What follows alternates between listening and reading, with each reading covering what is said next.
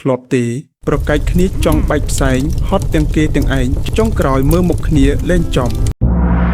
ថ្ងៃនេះខ្ញុំមានក្បួនចិត្តសាស្ត្របញ្ចុះបញ្ចូលដ៏មានប្រសិទ្ធភាពមកចែករំលែកក្បួននេះមានពីរជំហានសំខាន់ជំហានទី1ស្ដាប់ឲ្យច្រើនជាងនិយាយមុននឹងចង់ឲ្យគេយល់ស្របតាមយើងត្រូវយល់ពីហេតុផលរបស់គេជាមុនសិនពេលគេកំពុងនិយាយកុំទាន់អាលគិតថានឹងតបបែបណា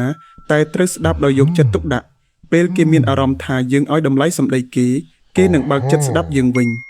ជំហានទី2រកចំណុចយល់ស្របគ្នាជាមុន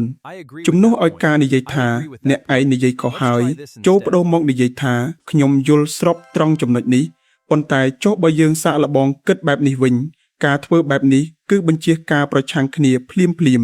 បន្ទាប់ពីយើងធ្វើឲ្យគេបើកចិត្តស្ដាប់យើងហើយតើយើងត្រូវបញ្ចុះបញ្ចូលបែបណាទើបគេយល់ស្របតាមយើងត្រូវអនុវត្តជំហានទាំងពីរនេះបន្ថែមទៀត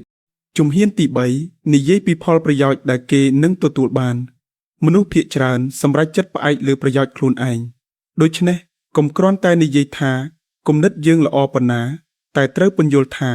តើគំនិតរបស់យើងនឹងជួយដោះស្រាយបញ្ហា